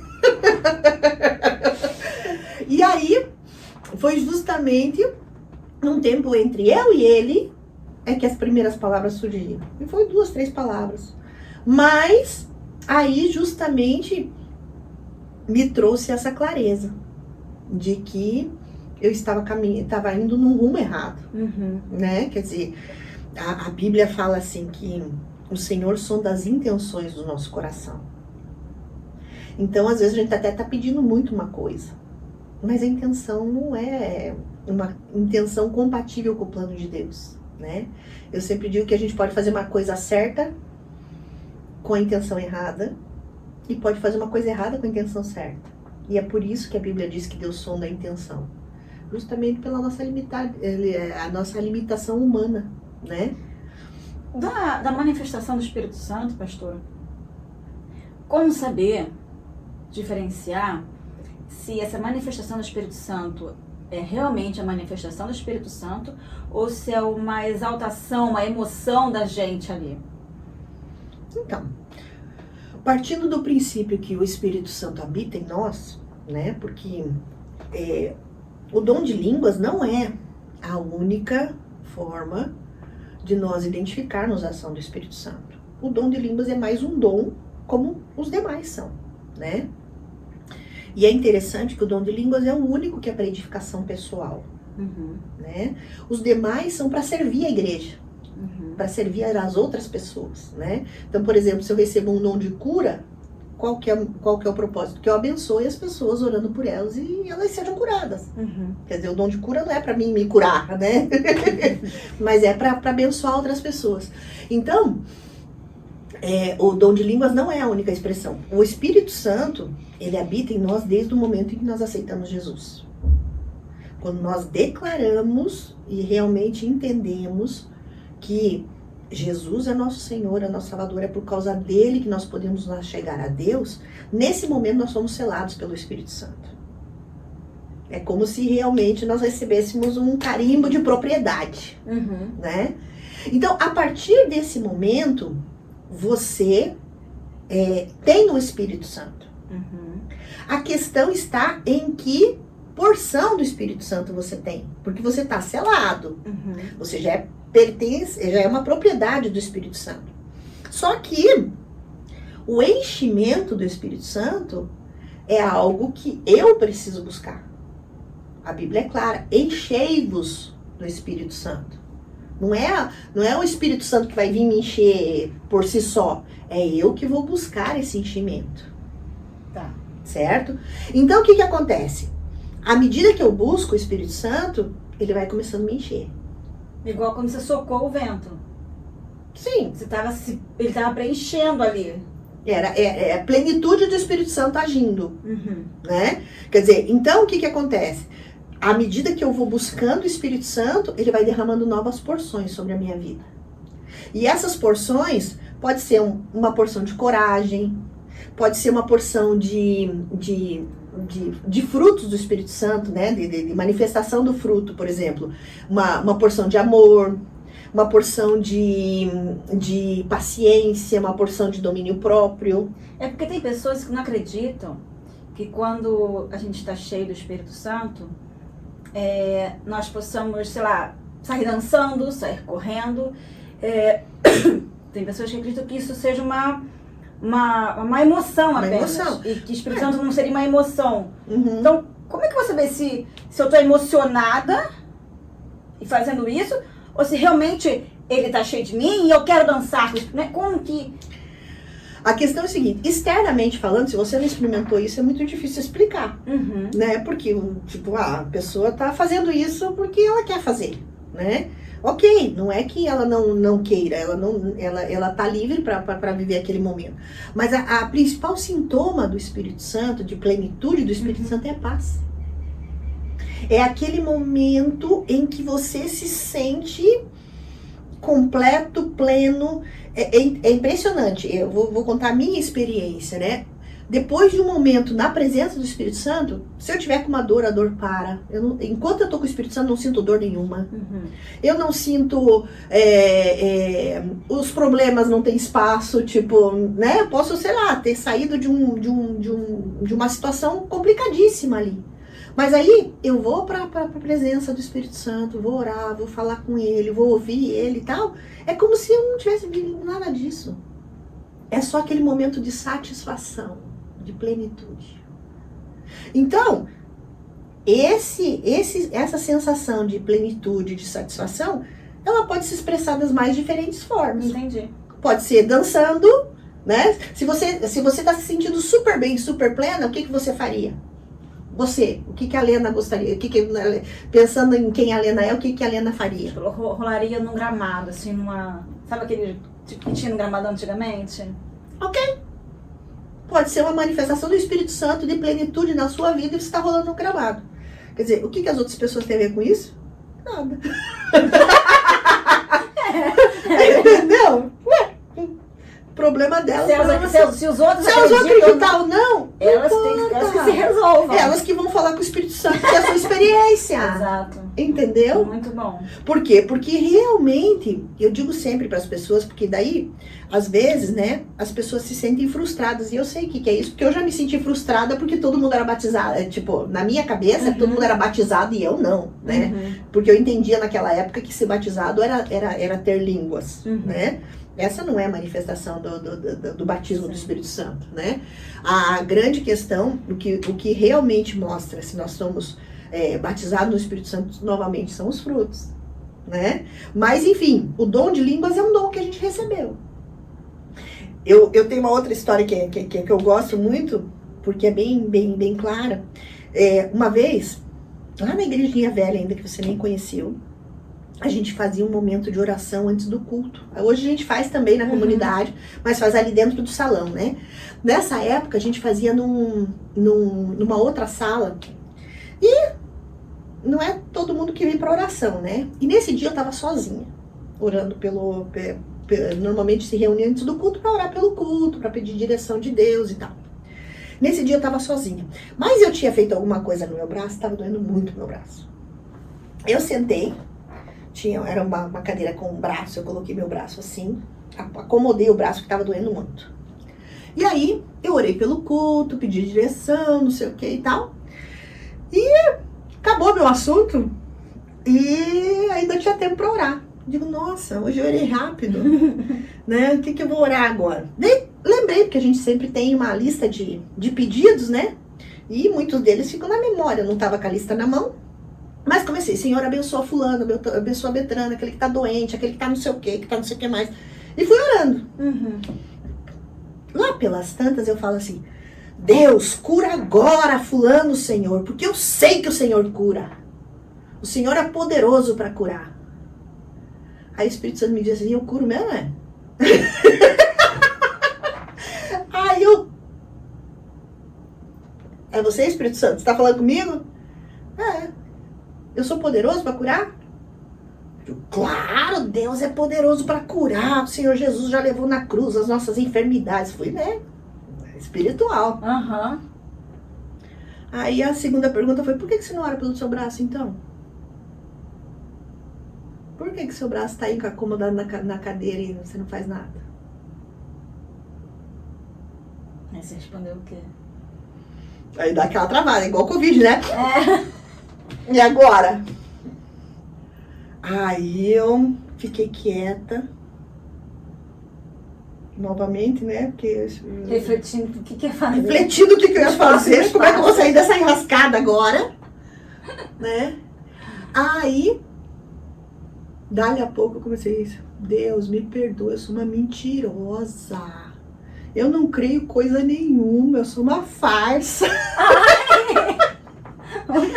E comecei a orar assim. Digo, Deus, você tem razão.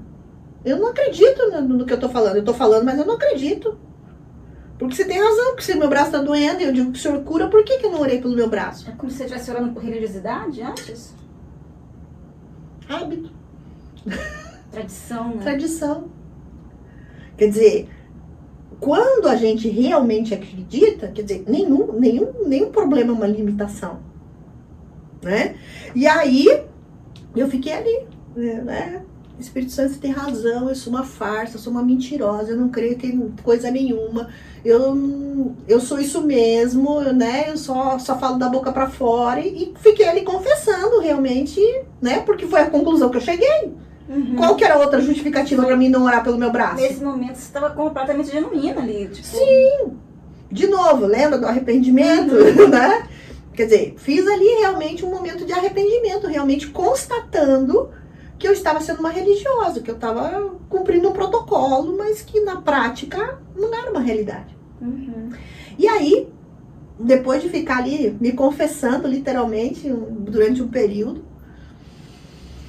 daí eu parei, respirei fundo e digo, Senhor, por favor, acrescenta a minha fé, Senhor, porque a minha conclusão é que eu não tenho fé nenhuma, né? Tipo, é tudo uma fachada.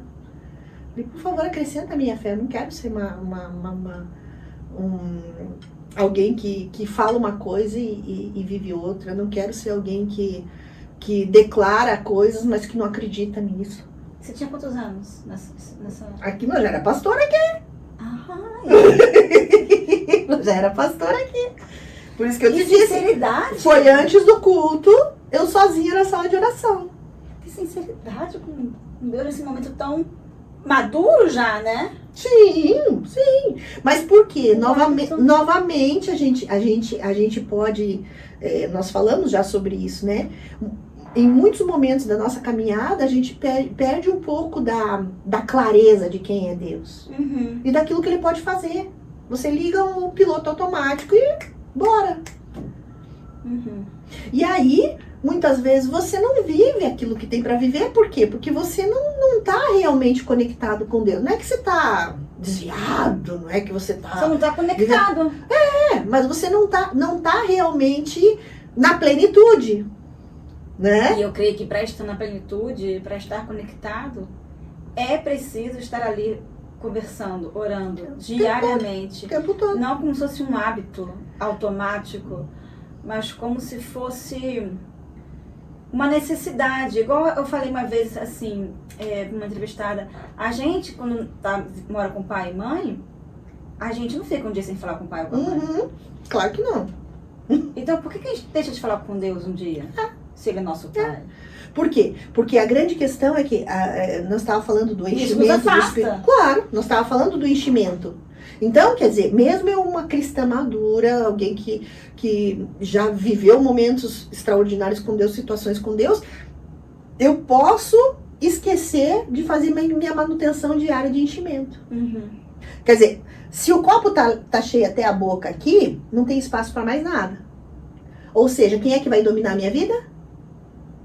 Lembrando que se está completo de Deus, Deus vai dominar, Deus vai agir em todos os sentidos. Não tem espaço para o diabo. Se tiver pela metade aqui, quer dizer, pode estar cheio do Espírito Santo e aqui tem a brecha. Tem espaço para outras coisas.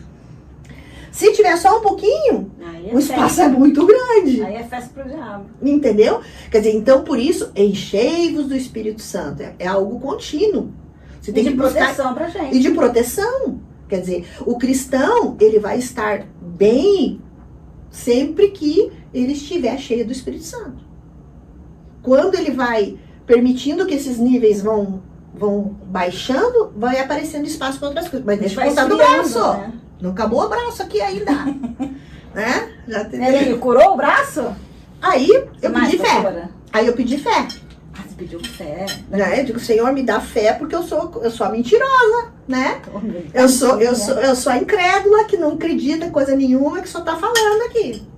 Então, Senhor, acrescenta a minha fé agora, porque eu quero viver realmente. Eu quero ser íntegra naquilo que eu tô falando. E aí, muito constrangida, depois de pedir fé, muito constrangida, digo, Senhor, por favor, pela tua misericórdia, toca no meu braço. Toca no meu braço, porque tá doendo muito. E quando eu orei, literalmente eu senti. O toque de Deus. Pronto, acabou. E o braço mexeu depois normal, sem dor nenhuma? Não tinha mais dor. a mão, né? Ó, tá quente, calor, né? Eu senti o calor e acabou. A fé genuína. É até redundante falar, né? Porque fé tem que ser genuína, senão não é fé. Sim. Mas é porque às vezes eu acho que a gente não entende o que é ter fé, sabe? Pode ser bem horrível isso, mas parece muitas vezes isso. Será que o ser humano entende o que é fé? Ou será que o ser humano se esforça para ter fé? Ou será que o ser humano não se entrega verdadeiramente para ter fé? Então ele não tem essa vida de experiência com Deus, sabe? Porque ele não experimenta a fé, ele não se entrega para a fé, não se entrega para Deus, não se entrega para Jesus, não tenta entender os ensinamentos que ele deixou na Bíblia, não participa de comunidade, não participa de uma família cristã, porque como é importante a gente ter essa família cristã, né? Eu falo assim, eu não me sinto mais sozinha, que Deus guarde meu marido. Mas outro dia eu estava falando com uma amiga, eu falei assim, eu senti muito medo do Ricardo morrer, avô. Mas aí depois eu falei assim, recentemente, falei assim, mas eu sei que se meu marido for, eu sei que eu não estou sozinha. Eu sei que tem uma par de gente para me ajudar, tudo que eu tiver que fazer. Então eu sei que eu não... E é verdade, eu não me sinto mais sozinha. Porque essa comunidade que a gente tem é uma família e um não larga a mão do outro. Mas é isso mesmo. E é você não caminhar sozinho, sabe? E tudo por um mesmo propósito. E eu costumo dizer, né, que a igreja, né, a igreja enquanto comunidade, enquanto lugar onde a gente se reúne, tem exatamente esse papel. De nos ajudar a ser cristão num mundo que está dominado por Satanás. Quer dizer, sempre nos emburrecer. Exatamente, nos mantendo conectados, nos mantendo com clareza, nos lembrando de quem nós somos, nos lembrando de que não é um problema, uma dificuldade, uma doença, uma situação que faz com que a gente deixe de ser filho de Deus. E quando Deus lembra quem nós somos, o diabo lembra quem a gente foi. Claro. E Deus não quer saber quem a gente foi. A gente uma das expressões que a gente mais usa é que o Senhor nos chamou pelo nome. A Bíblia diz, né, que ele disse, eu te chamei pelo nome e você é meu. É isso que Deus diz a nosso respeito, né? E Satanás nos chama pelo nosso pecado. Exato. Né? Quer dizer, o que a gente vai ouvir da boca de Satanás é que você é um pecador, que você é um fracassado. Um fracassado, que você é uma derrotado, adúltera, uma prostituta, um ladrão, enfim. É isso que ele vai... Um ser humano sem futuro. Sim. O que você diria, pastora, agora? A gente vê que por mim podia madrugar inteira.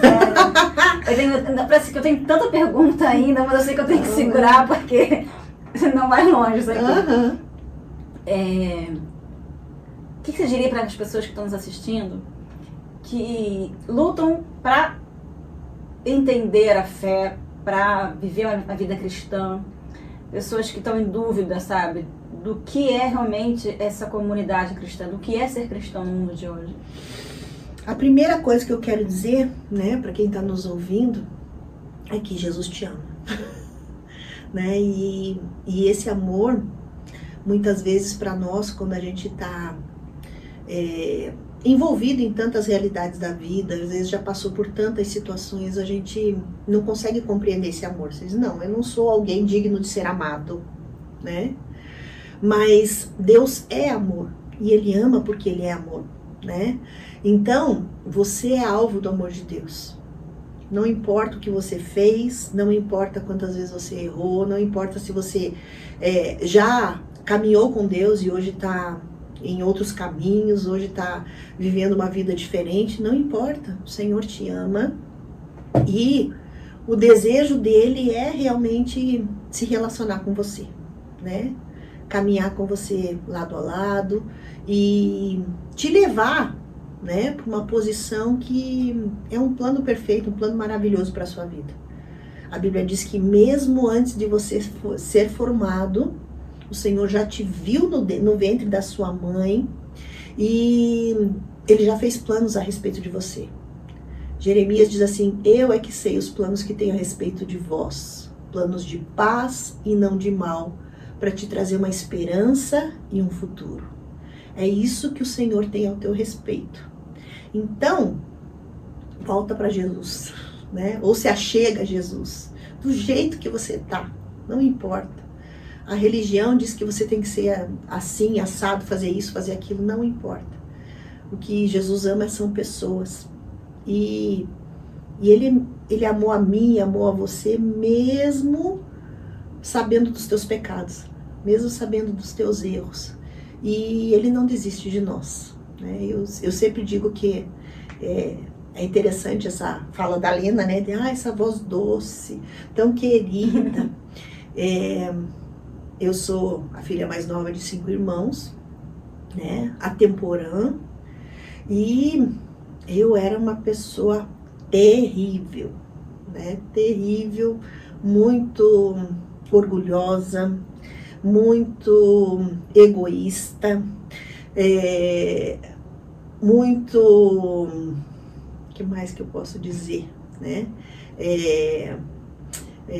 Muito falsa, né? Porque eu conseguia circular em todos os ambientes e parecia alguém muito legal, mas na prática era só realmente o meu eu que gritava.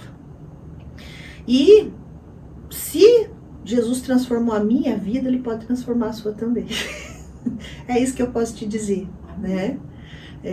Seria pouco tempo aqui para contar, né, todas as experiências, confessar todos os pecados. Eu confessei alguns aqui, né, de incredulidade, mas seria pouco tempo para confessar, mas realmente o Senhor é capaz de mudar toda e qualquer história. Então, amiga... E ele é paciente, né? Ele espera o nosso time, né? Ele nos dá oportunidades. Eu quero só te lembrar, né, quem estiver nos ouvindo, que é durante esse tempo de vida que nós temos aqui nessa terra que nós vamos definir a nossa eternidade. Eu costumo dizer que a quantidade de anos que nós vamos viver aqui na terra só tem um propósito: é garantir a nossa eternidade com Deus. Então, eu posso aceitar Jesus lá na minha infância e ter a oportunidade de viver a minha vida inteira cuidada, guiada, orientada, amada por Ele, ou eu posso reconhecer Jesus nos meus últimos 5 minutos de vida. Só que daí eu vivi uma vida inteira sem ter a oportunidade de tê-lo como amigo. De ter curtido essa paternidade celestial. Né?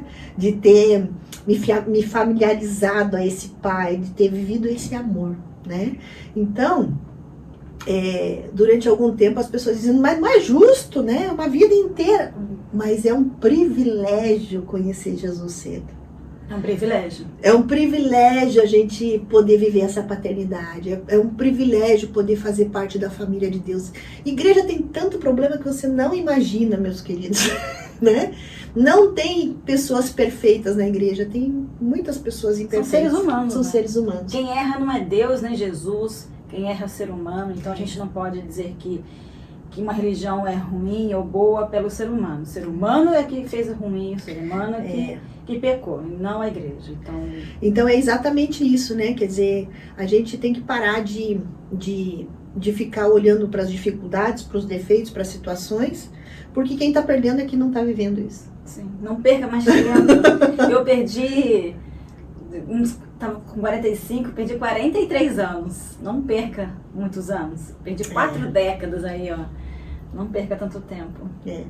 E vamos prosseguir em conhecer ao Senhor, porque cada dia que a gente olha para Ele, a gente vê uma nuance nova, algo novo da parte de Deus. A Bíblia diz que, por exemplo, o Senhor tem segredos que Ele quer contar para nós. Deus é infinito. Ele é maravilhoso, né? Então a gente poder a cada dia descobrir um... É incrível. É bem isso, cada dia a gente descobre um pouco mais. E é igual quando eu falei, né, que não é intuição, eu me senti uau! Olha quantos uaus eu não vou dizer ainda, né? Muitos. Então, eu tô louca para os próximos uaus. Deus é o uau todo dia. Obrigada, pastora, muito Obrigada obrigada. a você, Se eu querida. pudesse, eu juro, eu queria 2 dias assim direto, sem parar, porque é muito assunto. Quando a gente fala de Deus, Sim. realmente, ele é um assunto infinito. É uma história puxa a outra, que puxa a outra. Coisa não acaba. A história, quando tem Deus na nossa família, a história não acaba, sabe?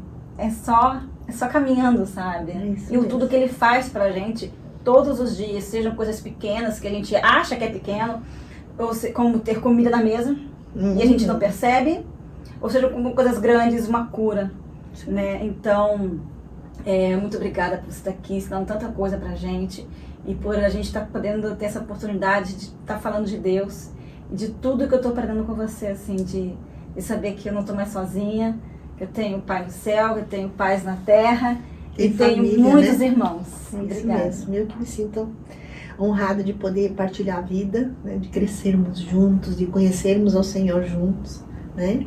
Porque, inclusive, ser família de Deus é isso. Muitas vezes eu consegui enxergar através de você uma nuance de Deus que eu ainda não tinha visto, né? Porque como filhas nós somos parecidas com Ele, Sim. né? E às vezes é uma nuance que eu não tinha percebido ainda, mas que Deus já revelou para você. Então é isso, crescemos juntos e alcançamos o Senhor, aquilo que o Senhor tem para nós. Ora pra gente? Ora. Pai querido, muito obrigada, Senhor, por esse tempo tão especial aqui com a Lena. Nós queremos, Senhor, pedir que a Tua bênção, que o Teu toque, Senhor, seja uma realidade, Pai, nesse momento, em cada uma das pessoas que forem escutar este material, Pai. Tu és Deus que se revela, Pai, nas pequenas e nas grandes coisas. Tu és um Deus tão amoroso, tão cheio de graça, que o Senhor providencia todas as formas para procurar atrair aqueles que estão longe, que não estão, Senhor, conectados contigo. Que neste momento, Senhor, todo coração que estiver endurecido, que estiver insensível, ou que estiver, Senhor, não se achando digno de se apresentar diante de Ti, Pai, que em nome de Jesus, o Senhor, através do Espírito Santo, toque a sua vida, toque o seu coração, e que essa pessoa também possa reconhecer que não há outro Deus a não ser o Senhor, que não há outro Salvador a não ser Jesus, e que somente caminhando contigo é que nós viveremos nessa terra uma vida plena e abundante. E é isso que eu quero declarar sobre cada um daqueles que nos ouvem nesse momento, Senhor. Que vivam a vida plena e abundante. E isso será uma realidade quando eles permitirem o Senhor Jesus encher os seus corações. Muito obrigada, Senhor. Nós abençoamos cada uma das pessoas que nos ouvem agora. Em nome do Senhor Jesus. Amém. Amém. Amém. Amém.